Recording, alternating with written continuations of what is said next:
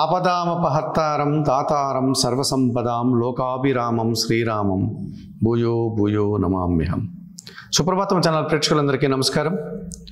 2025 April మాసంలో ద్వాదశ రాశుల వారికి మాస ఫలితాలు. 2025 ఏప్రిల్ మాసంలో సింహరాశి వారి యొక్క మాస ఫలితాలు. ఈ సింహరాశి వారికి జన్మరాశ్యాధిపతి అయినటువంటి సూర్య భగవానుడు ఏప్రిల్ 13 తర్వాత భాగ్యభావమైనటువంటి మేషరాశిలోనికి రావడం వల్ల వృత్తి ఉద్యోగ వ్యాపారాల్లో అభివృద్ధిని సాధిస్తారు. తండ్రి గారి ఆరోగ్యం కుదుటపడుతుంది. ప్రభుత్వం నుంచి కానీ తండ్రి నుంచి కానీ ఆదాయాన్ని అందుకుంటారు. ఈ రకంగా రాజకీయ నాయకులు కూడా మంచి అవకాశాలు వచ్చేటువంటి పరిస్థితి కనిపిస్తుంది.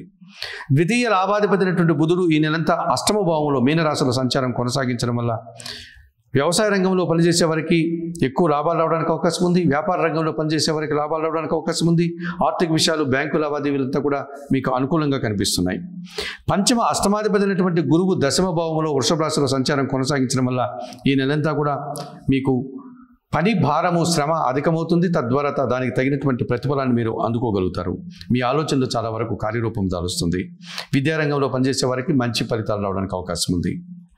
తృతీయ దశమాధిపతి అయినటువంటి శుక్రుడు అష్టమ భావంలో మీనరాశిలో సంచారం వల్ల సృజన సహకారంతో ఆకస్మిక ఆదాయాన్ని కానీ ఆకస్మికమైనటువంటి అవకాశాలు కానీ మీరు అందుకుంటారు.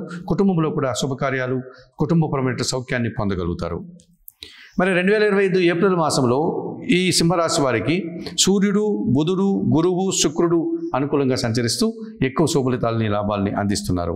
అలాగే చతుర్థ భాగ్యాధిపతి అయినటువంటి కుజుడు వ్యయములో కర్కాటక రాశిలో సంచరించడం వల్ల కుటుంబపరమైనటువంటి ఖర్చులు, వాహన సంబంధమైనటువంటి ఖర్చులు, భూ సంబంధమైన వివాదాలు మీకు వచ్చేటువంటి అవకాశం కనిపిస్తుంది.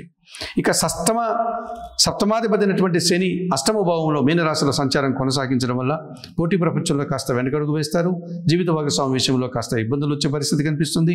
చిన్న చిన్న అనారోగ్యాలు, చిన్న చిన్న ఆర్థిక సమస్యలు మిమ్మల్ని ఇబ్బంది పెట్టే సూచన కనిపిస్తుంది. అష్టమ భావములో మీనరాశిలో రాహు సంచారం ఉంది. దుబారా ఆలోచనలు, దురాశ పనులతో సమాసం చేయడం, తద్వారా సమస్యలు ఎదుర్కొనే వాతావరణం కనిపిస్తుంది. ఇక ద్వితీయ భావంలో కన్యారాశిలో కేతు సంచారం వల్ల కుటుంబపరమైనటువంటి నిరాశ, మీ మాటల వల్ల ఎదుటివారి అపార్థాలు, కొన్ని సమస్యలు ఎదుర్కోక తప్పదనిపిస్తుంది. 2025 ఏప్రిల్ మాసానికి గాను సింహరాశి వారు కొన్ని పరిహారాలు నిర్వర్తించుకోవాల్సినటువంటి ఆవశ్యకత కనిపిస్తుంది. ఇందులో ద్వితీయంలో ఉన్నటువంటి కేతు దోషం నుంచి బయటపడడానికి, అష్టమ భావంలో ఉన్నటువంటి రాహు దోషం నుంచి బయటపడడానికి శ్రీకాళహస్తీశ్వర ఆలయానికి వెళ్ళి అక్కడ అందుబాటులో ఉండే రాహుకేతు పూజలు నిర్వర్తించుకోండి. అవకాశం లేని వారు దుర్గా ఆరాధన, గణపతి ఆరాధన నిర్వర్తించండి. అలాగే అష్టమ శని దోషం నుంచి బయటపడడానికి శనీశ్వర దర్శనం కానీ, ఈశ్వరునికి శనివారం రోజు పాలాభిషేకం కానీ నిర్వర్తించండి. అలాగే వ్యయంలో ఉన్నటువంటి కుజదోషం నుంచి బయటపడడానికి సుబ్రహ్మణ్య స్వామిని ఆరాధించండి. సుబ్రహ్మణ్య అష్టకం చదువుకోండి. మంగళవారం రోజు సుబ్రహ్మణ్య స్వామికి అభిషేకం నిర్వర్తించి ఎర్ర కందిపప్పు పేదవారికి, మీ కుటుంబంలో పనిచేసే పని వారికి దానం చేయండి. 2025 ఏప్రిల్ మాసానికి గాను ఈ సింహరాశి వారు చెప్పిన విషయాలన్నీ స్వీకరిస్తూ, పరిహారాలు పాటిస్తూ, ఆయుర ఆరోగ్యాలతో ఆర్థికాభివృద్ధిని పొందాలని మనస్ఫూర్తిగా కోరుకుంటూ సర్వే జనా సుఖినో భవంతు. నమస్కారం.